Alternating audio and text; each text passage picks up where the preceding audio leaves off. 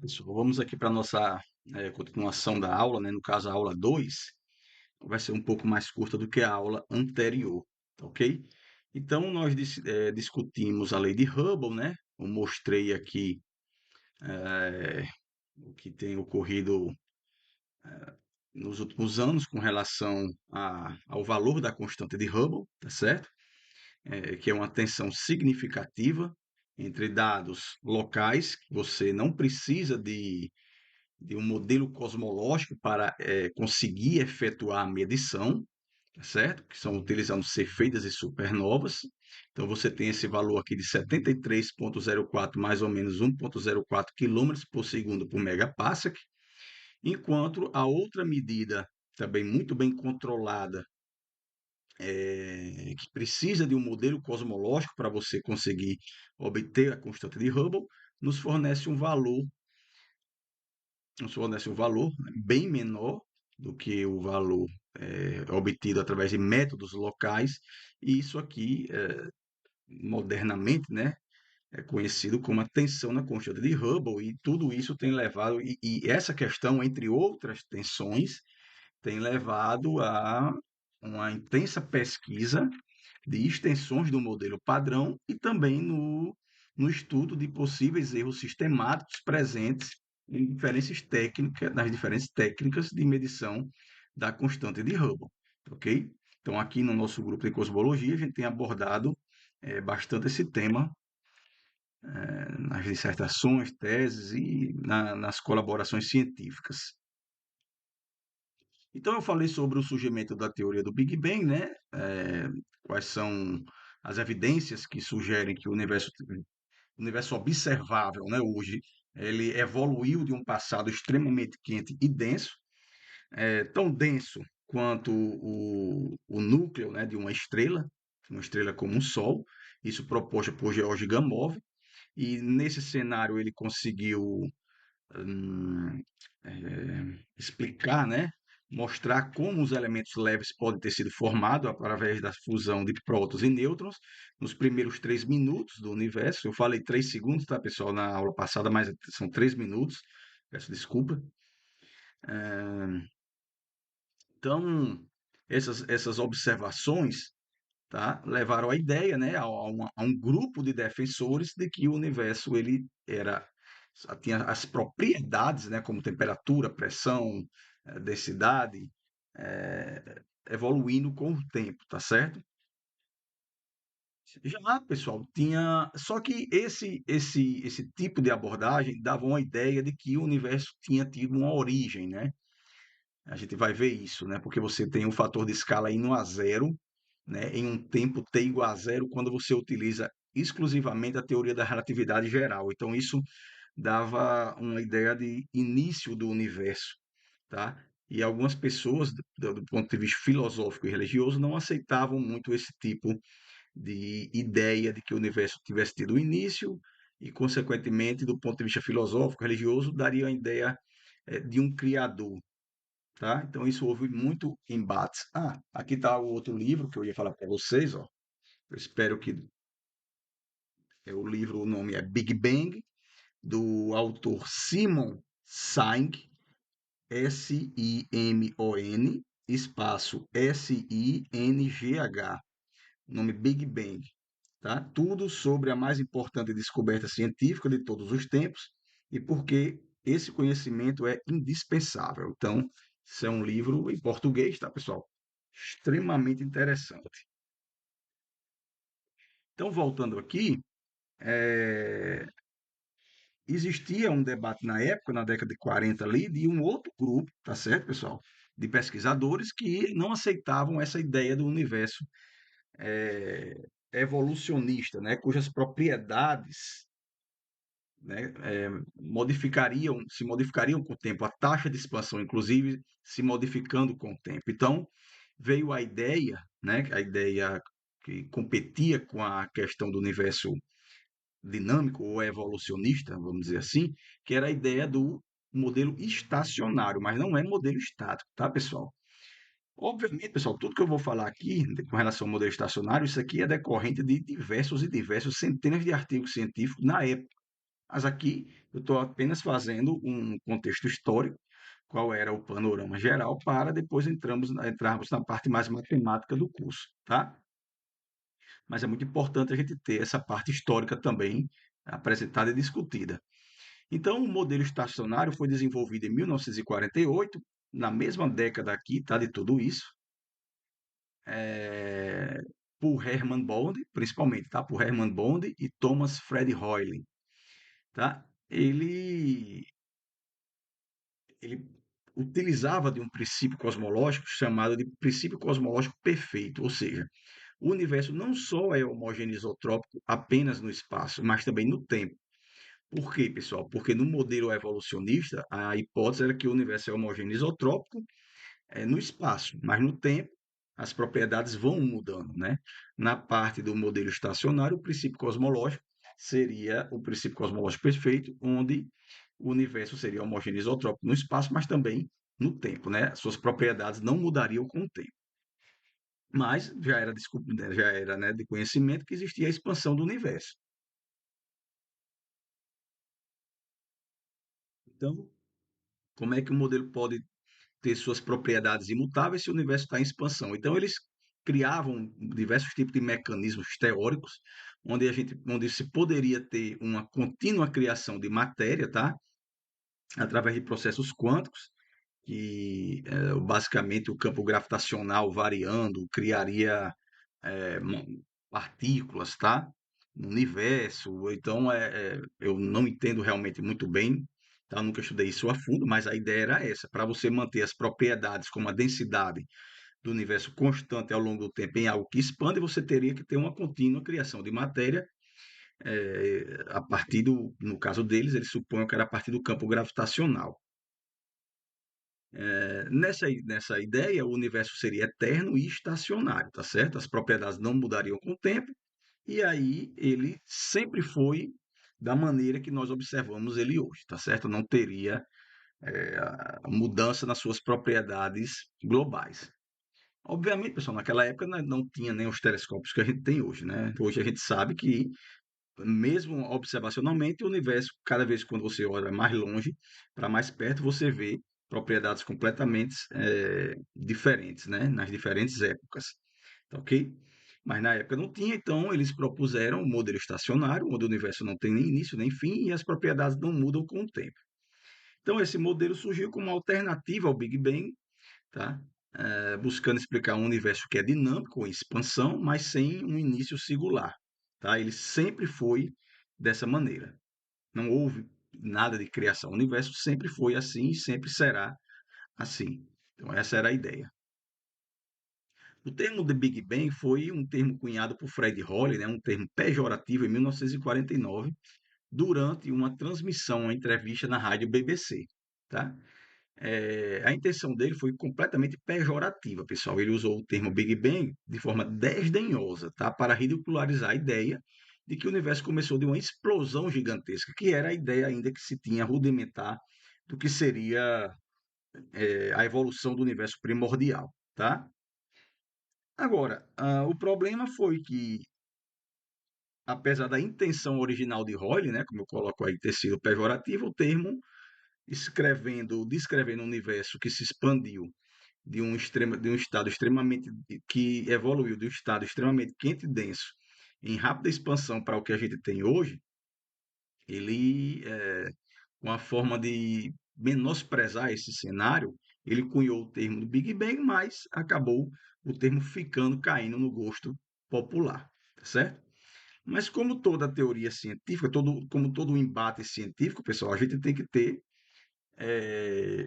as observações para decidir entre uma teoria e a outra que está competindo com ela. Isso aconteceu com a relatividade geral também, tá, pessoal? Não existiu apenas a teoria da relatividade geral de Einstein, como a teoria relativística da gravidade, tá certo? Ocorreram outras teorias propostas na época, mas elas não passaram pelos testes, por exemplo, do periélio de Mercúrio, né? Obter exatamente a, a órbita de Mercúrio em torno do Sol e o desvio da luz sofrida quando a luz passa pelas proximidades do Sol, tá?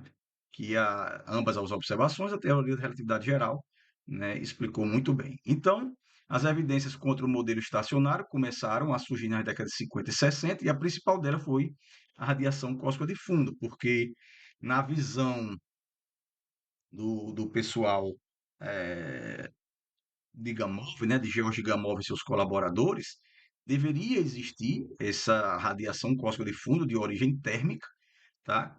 Eh, que seria como um eco remanescente do Big Bang, quando os fótons deixaram de serem absorvidos pela matéria e o livre caminho médio dos fótons tornaram-se basicamente o tamanho do universo, do raio de Hubble, ou do universo, desculpe, do observável daquela época, que era quando a gente vai calcular isso, que era quando o universo tinha em torno de 380 mil anos. Outra coisa foi a nucleossíntese primordial também, tá? Muito bem prevista nesse cenário de um universo cujas propriedades evoluiriam com o tempo. E essas duas quantidades aqui, principalmente a radiação cósmica de fundo, não tinha explicação nenhuma do porquê da sua existência no universo estacionário, porque aqui o universo teria essa radiação térmica distribuída de forma homogênea e isotrópica, né? Eles simplesmente teriam que dizer que existe e pronto. Mas, de forma, vamos dizer, física, o modelo de estado evolucionista, eh, ele previa naturalmente esse tipo de situação, né, de comportamento para a presença dessa radiação. Da mesma forma, para a nucleossíntese primordial. Tá? Então, basicamente, com o tempo, a teoria do estado estacionário foi sendo deixada de lado e a teoria do Big Bang cada vez mais, ou seja, a ideia de que o universo partiu do estado de extrema densidade, temperatura e em rápida expansão, né? O universo teria esse universo primordial seria assim, então esse cenário foi ganhando cada vez mais força devido às suas previsões indo serem confirmadas, como, por exemplo, a radiação cósmica de fundo, confirmada por Arnold Penzias e Wilson, Arnold Penzias e Robert Wilson em 1965, tá? Então, a radiação cósmica de fundo e a nucleossíntese primordial são consideradas provas de ouro que corroboram a teoria do Big Bang, colocando, né, basicamente esse debate entre o estado estacionário e o universo dinâmico, colocando fim a esse debate, né? O termo Big Bang, como eu coloco aí, continua a ser uma descrição evocativa de como o universo evoluiu, tá certo? Apesar da sua conotação pejorativa. A gente vai ver, na verdade, pessoal, que a radiação cósmica de fundo é a chamada pedra da roseta da cosmologia, tá? Porque tudo o que aconteceu no universo depois que ela foi liberada no espaço, né, quando o universo tem 380 mil anos, que a gente chama de época do desacoplamento da radiação matéria, tudo o que aconteceu no universo em termos de formação de estruturas, etc., fica impregnado na radiação cósmica de fundo e a gente consegue, através da análise da radiação cósmica de fundo, estudar, por exemplo, o processo de formação de estrutura ao longo da evolução cósmica. Então, ela é chamada de pedra da roseta da cosmologia, ok? Mas a gente vai estudar isso mais em detalhes, muito mais lá para frente. Então, vamos só aqui dentro ainda do contexto de termodinâmica básica, estudar aqui a termodinâmica da expansão do universo. Bem, a gente sabe, né, até agora, que a expansão do universo é homogênea e isotrópica, então o seu volume ele expande com um fator de escala, certo? O fator de escala ele diz o quanto o universo expande de um instante para o outro, então o volume do universo é proporcional ao fator de escala ao cubo, já que a a expansão ela é homogênea e isotrópica, tá certo? Só que a gente sabe que a radiação de corpo negro, ela tem a sua densidade de energia, né? Como sendo igual a alfa TA4, e a pressão, né, daquele campo de radiação como sendo a densidade de energia dividido por 3, tá? Isso aqui quem já viu física moderna deve saber disso, né? A partir da radiação de corpo negro, tá? É, Ao mesmo tempo, um gás de fóton deve obedecer à primeira lei da termodinâmica, tá? D que é uma quantidade diferencial de calor, né? D é a variação da energia interna, P é a pressão e dV é a variação do volume. Então a gente vai colocar essas considerações dentro da primeira lei da termodinâmica para ver o que acontece com a temperatura da radiação, tá? Ao longo da expansão do universo. Então, em um universo homogêneo não há fluxo líquido de calor, tá? Como o universo é homogêneo isotrópico, a temperatura média nele todo é igual, então você não tem um fluxo líquido de calor. Então, o dQ aqui é igual a zero, tá? Entre uma região e outra. Então, só me sobra dE mais PdV. Só que, quando eu coloco dE para esse lado aqui e divido ambos os lados pelo tempo, uma vez que o universo está expandindo, né, essas quantidades podem variar com o tempo, então a gente obtém essa equaçãozinha diferencial aqui, dE dt igual a menos P dV dt, tá? Mas para os fótons, eu acabei de dizer que a energia, né, a energia em um certo volume, vai ser a densidade vezes aquele volume, que é alfa T a quarta vezes o volume. Consequentemente, a pressão vai ser alfa T a quarta dividido por 3. Então, pessoal, se eu coloco essas quantidades aqui e diferencio, eu vou obter alfa 4t ao cubo dt, dtzinho, vezes o volume, mais t a quarta dv dt. Isso aqui vai ser igual a menos 1/3 alfa T4 dV dt, certo? Está vindo diretamente aqui dessa expressão. Eu apenas coloquei essas quantidades, tá? Aqui dentro da minha expressão proveniente da lei da termodinâmica para a expansão adiabática. Então, é fácil de simplificar essa expressão aqui, tá, pessoal? Extremamente simples. Você coloca tudo que tem dV dt para o lado direito, deixa aqui do lado esquerdo tudo que tem só relacionado à temperatura, e aí a gente obtém 1 sobre T, dt, dtzinho, igual a menos 1 sobre 3V, dV dt. Mas o volume é proporcional ao valor de escala, certo? Então, eu posso reescrever essa minha equação aqui de uma forma bem simples, como a derivada com relação ao tempo do logaritmo de t é igual a menos a derivada temporal do logaritmo de a. Tá? Vocês verifiquem essa passagem aqui quando eu considero que o volume é proporcional ao fator de escala ao cubo. Pessoal, obviamente isso aqui implica a uma relação bem simples entre a temperatura da radiação e o fator de escala, né, que me diz o quanto o universo está expandindo com o tempo, certo? Que escala as distâncias no universo. Então, à medida que o universo expande, tá certo? A temperatura da radiação vai diminuir, tá? Nessa proporção aqui, tá? Então, essa é a conclusão que a gente chega para a termodinâmica da expansão do universo, ou seja, como a lei de temperatura desse campo de radiação evolui com o fator de escala. Então, é seguindo aqui essa expressão matemática. Obviamente, pessoal, a gente vai ver isso aqui. Esse fator de escala não é uma quantidade observada, tá? Ele escala como as distâncias aumentam no universo, e a gente depois vai ver como, observacionalmente, é possível testar esse tipo de relação aqui. Porque aqui é tudo teórico. A primeira lei da termodinâmica, colocada em um universo eh, que é preenchido, né? O seu background é preenchido por uma radiação homogênea isotrópica de origem térmica, tá? Né? De origem térmica, por isso que é uma radiação de corpo negro, ela veio proveniente de um estado de equilíbrio termodinâmico ou de equilíbrio térmico, tá? Ou de estado de equilíbrio termodinâmico infinitesimais, como a gente chama. E isso implica nessa evolução para a temperatura aqui do universo, tá? Ou seja, a temperatura do universo cai com o fator de escala a menos 1, certo? Então, a densidade de energia da radiação cósmica de fundo, a gente sabe que tem esse valor aqui, tá, pessoal? Aqui eu vou só colocar aqui algumas propriedades dessa radiação. Aqui é como a sua temperatura cai, utilizando exclusivamente termodinâmica, e como a gente tem já a temperatura medida, né, detectada em medida, que é em torno de 2,73 Kelvin, a densidade de energia da CMB é dada por 4,17 vezes 10 a menos 14 joules por metro cúbico. Isso equivale, pessoal, a aproximadamente 1/4 de 1 MeV por metro cúbico de espaço. A densidade numérica de fótons, então, se vocês utilizarem as equações pertinentes, é possível mostrar que a densidade de número de fótons é 4,11 vezes 10 a oitava metros por metro cúbico.